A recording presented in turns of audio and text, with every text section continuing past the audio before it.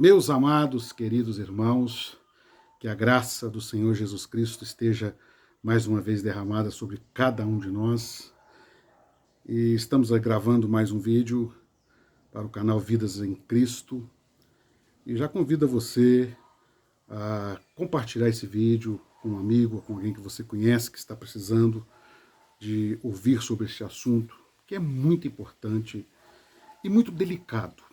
O assunto de hoje nós vamos estudar ou comentar um pouco aqui sobre o que está registrado no Evangelho segundo Mateus, capítulo 16, versículo 6.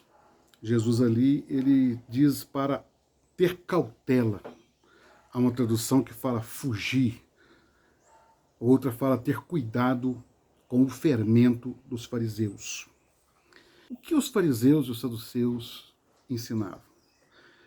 Nós, no meio cristão, nós logo quando ouvimos falar o nome fariseu, já associamos a hipocrisia àquilo que não presta, porque Jesus combateu muito de frente os fariseus e os religiosos da época. Mas para entender o que eles estavam ensinando, nós temos que fazer uma pequena reflexão. Porque os fariseus eram homens extremamente zelosos. Eles eram os cuidadores, da lei. Eles tinham um zelo muito grande e eles se auto-intitulavam, quando nós pegamos a história dos fariseus em livros extrabíblicos, nós vamos ver que eles se intitulavam, eles se afirmavam e eles criam que eles eram os verdadeiros representantes de Deus ali dentro do povo dos judeus. Eles tinham um zelo muito grande pela lei. Eram homens de muita oração, eram extremamente zelosos com a oração, e eram também homens que jejuavam muito, homens que davam dízimo até e sucessivamente. E Jesus olha para esse grupo de pessoas, eu acho muito lindo isso, porque Jesus não falou assim, olha, cuidado aí com o exemplo da prostituta ou da mulher adúltera, não. Ele chama a atenção dos discípulos para ter cautela, ter cuidado, para fugir justamente do ensino dos fariseus. Porque aquele que está com a vida perdida, no vício, nas drogas, na prostituição, em qualquer tipo de situação, é notório que ele precisa de Cristo e ele precisa de um agir de Deus dentro de você. E são essas pessoas que procuram a Deus. Jesus diz, eu não vim para os sãos, eu vim para os doentes. Em contrapartida, são os religiosos que já se acham muito perto de Deus, muito pertinhos de Deus, e muitas das vezes estão mais distantes do que outros. São os religiosos que se apregoam como, muitas das vezes, o grupo que representa Deus. Hoje é muito comum o termo, no meio cristão, é muito comum o termo, nós somos a igreja fiel, nós somos a igreja remanescente, ou nós somos a obra fiel, nós somos a obra verdadeira, essa baboseira que as religiões criam. E isso com o mesmo propósito dos fariseus.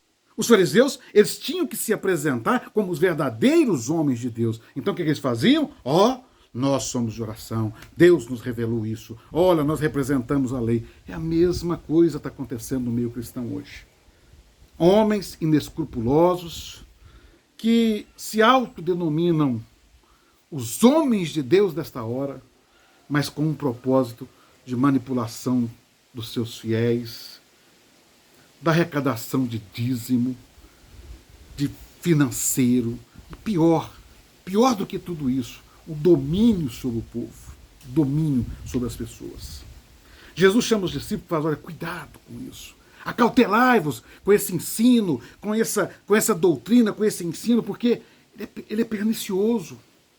Porque Jesus disse que um pouco de fermento leveda toda a massa. Jesus disse assim, fariseus hipócritas, vocês andam meio mundo para fazer um prosélito e no fim vocês condenam a alma deles no inferno 2 vezes mais. Que triste. Irmãos, não é tempo mais de nós ficarmos debaixo de um jugo de homens que se apresentam como homens de Deus, que se intitulam os homens de Deus, que prendem o cidadão dentro de uma denominação religiosa, dizendo que aquela é a única igreja fiel. Que coisa ridícula. Tiram a atenção de Cristo, tiram o olhar de Jesus, tiram aquilo que Jesus está fazendo realmente e traz para a sua denominação.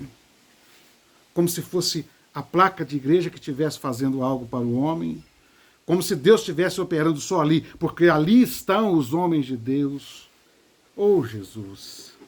Nós vivemos num universo misterioso, onde Cristo, a Bíblia diz, João 3,16, que ele amou o mundo de tal maneira para dar vida ao homem. E as pessoas então querem se apropriar dessa graça, que ela pertence somente a Cristo. As pessoas querem se apropriar da graça de Cristo na capacidade de resgatar, de salvar, de transformar a vida do homem. É muito triste.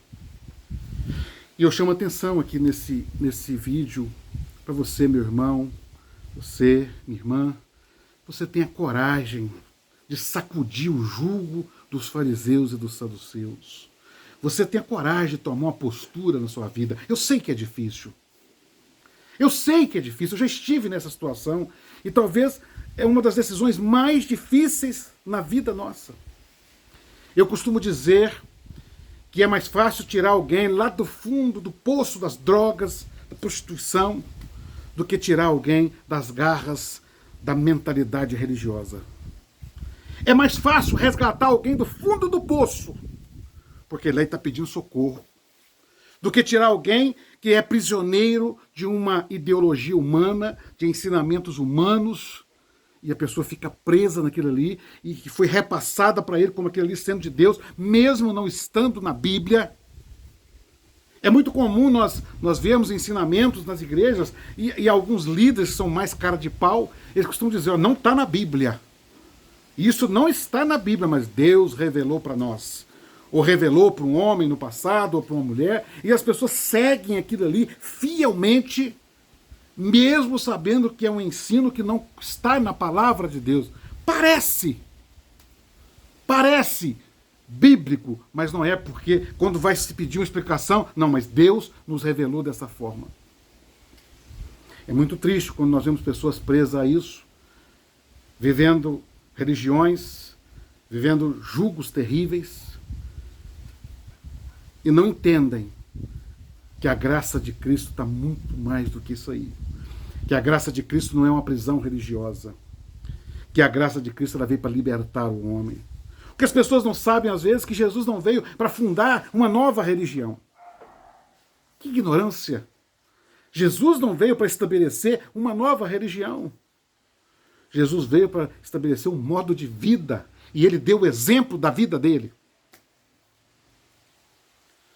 É muito fácil se conhecer um homem de Deus. Só que mesmo assim, a maioria dos cristãos hoje estão equivocados. As pessoas olham para alguém e querem identificar um homem de Deus se ele prega bonito. O sujeito coloca um terno elegante, põe a Bíblia, sobe num púlpito todo eloquente, alguém olha, nossa, que homem de Deus. Ou talvez um cantor, porque tem uma voz bonita, olha, cheguei a arrepiar. Ou porque os pentecostais creem na manifestação de dons, ou porque alguém está entregando profetada para cá, profetada para lá, revelação para cá, visão para lá. Mas não se identifica o homem de Deus, por isso que é exterior. A Bíblia diz que conhecereis a árvore pelo fruto. E o fruto do Espírito não é profetada, não é pregar bonito, não é cantar bonito, não é ter visão. O fruto do Espírito está em Gálatas capítulo 5. Versículo 20, é humildade, é paz, é amor, é misericórdia, é paciência, domínio próprio. Mas as pessoas entram debaixo do fermento dos fariseus porque olha para ele, mas ele é homem de oração. Oh, mas ele é muito dedicado porque ele sai da casa dele e vai pastorear uma igreja a 200 quilômetros. Isso não é nada. Isso é lixo, isso é esterco diante de Deus. A Bíblia diz que as nossas justiças diante de Deus são como trapos de esterco, de sujeira, de imundície. O que identifica o homem de Deus é o seu caráter. Fugir do fermento dos fariseus. Nós estamos vivendo, né, a última hora da igreja sobre a face da terra, e nós temos falado isso de contínuo, porque essa é uma grande verdade. Mas não adianta nada eu pregar sobre a volta de Jesus. Pode ter volta de Jesus no nome, igreja, volta de Jesus, ou nomes parecidos. Mas se não viver preparado para a volta de Jesus, Jesus vai voltar e vai ficar. Porque, meu irmão, Jesus não vai levar placa de igreja para o céu. Jesus não vai levar placa denominacional para o céu. Isso é uma turma de bobo para prender as pessoas que ficam aí se apresentando como a última bolacha do pacote. Né? Nós somos, até parece, meus irmãos, que coisa horrível. E eu comecei a fazer uma reflexão, nesses últimos 2 anos da minha vida, eu comecei a ler um pouco sobre a história da igreja, a ler um pouco sobre a história das igrejas. Eu descobri o seguinte, primeiro, que há muitas religiões estabelecidas, eu não vou dizer nem igreja, porque tem umas que dá vergonha de dizer que são igrejas, são mais seitas do que igreja, porque tem características de seitas exclusivistas, acham que são melhores que todo mundo, acham que só eles vão para o céu, acham que só eles são a obra perfeita, a igreja fiel. Então essa baboseira de homem perverso. E eu estudando, eu descobri uma coisa. Cada um desses grupos que se auto-apresentam, não vou citar nome aqui de nenhuma, pertenci a uma há muito tempo, e glória a Deus, Deus abriu os olhos espirituais para ver o engodo e o erro. Mas muitas das vezes a pessoa está ali dentro e não percebe. Primeiro que esses grupos normalmente não gostam que você frequente outros grupos. Porque se você frequentar outros grupos, você vai ouvir palavras lá que vai trazer confusão. Mas não é por causa da Bíblia, não, porque a Bíblia não traz confusão. É porque ele está no seu grupo, ele vai ouvir assim, ó, Deus revelou que nós somos a igreja, e nós somos a igreja remanescente, nós somos a igreja fiel, a única igreja que Deus verdadeiramente fala, aí você ouve. Aí ele vai na outra, a outra fala a mesma coisa. Ó, Deus revelou para nós. E pior, normalmente esses grupos têm alguns ensinos, algumas doutrinas que são específicas deles. Não está na Bíblia, mas eles arrumam um jeito de interpretar a Bíblia e criam um negócio. Só nós temos isso, só nós temos. Interessante, né? Só nós temos. E alguns mais ousados chegam a dizer, não está na Bíblia, mas Deus revelou para nós. Sabe por que só nós temos, só eles têm? Porque não é bíblico, não é de Deus. Aí onde eu descobri a confusão? Porque você vai num grupo, eles têm um conjunto de ensinos extra-bíblicos, e eles dizem, Deus revelou para nós, só nós temos. Tal. Você vai no outro, eles também têm um grupo de ensinos diferente do de cá, também da mesma forma. Olha, só nós temos porque Deus revelou para nós, porque nós somos a igreja, e vai. Você vai no outro grupo, mesma coisa. E eu estudei 4 grupos. 4 grupos chamados evangélicos, mas mais se encaixam em seitas pseudo-cristãs, mas estão aí como igreja, tem até o nome, igreja cristã tal, igreja evangélica tal, igreja... E interessante que esses grupos... E eu fazendo reflexão, falei, meu Deus, que eu só conhecia uma. Esses grupos, ou Deus é Deus de confusão, que revelou uma coisa diferente para cada um, ou um desses grupos é verdadeiro, os outros 3 são falsos, mas todos 3 têm a certeza convicta, todos 4 têm a certeza convicta que eles receberam a revelação de Deus, ou os 4 não passam de mentirosos, fariseus e saduceus, fermento para enganar o povo. Eu vou ficar com a palavra. Eu não vou ficar com o grupo A,